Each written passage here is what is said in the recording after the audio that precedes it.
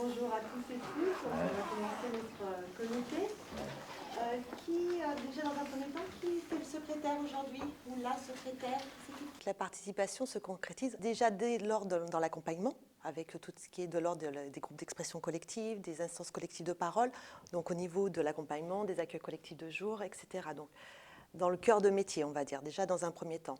Le deuxième niveau, si on peut l'appeler comme tel, c'est le comité des personnes concernées, avec ces pairs qui ont été élus justement par les personnes accueillies et accompagnées au sein de l'association pour pouvoir reporter leurs paroles, les représenter et être dans le cadre du conseil d'administration. C'est-à-dire que là, pour le coup, on passe à un troisième niveau, ce qui est l'ordre du conseil d'administration, où nous avons 4 personnes concernées, 2 titulaires et 2 suppléants, qui participent les 4 dans le cadre du conseil d'administration pour pouvoir participer activement aux enjeux stratégiques de l'association.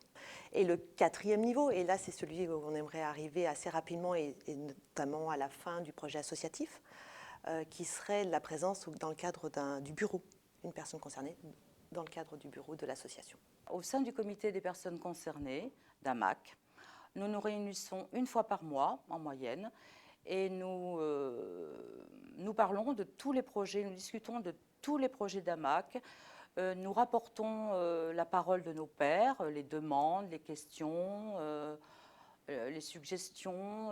Nous pouvons émettre nos avis sur les projets de l'association également, œuvrer en interne comme également en externe auprès d'autres structures ou d'autres associations.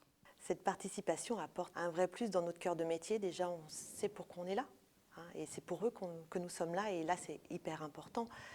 Donc, on peut être en direct avec eux et vraiment être à l'écoute de leurs besoins.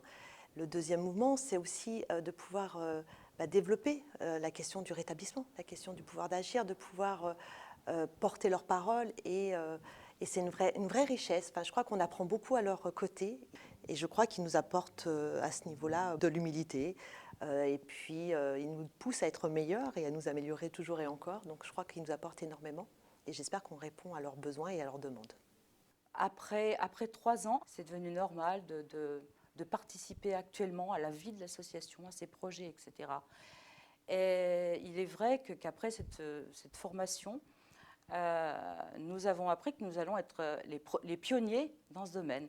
Et je suis bien contente d'avoir fait partie de ce groupe de pionniers, sur la France du moins, et j'espère que ça fera boule de neige, que notre histoire fera boule de neige dans un maximum d'associations pour faire remonter les besoins de la base.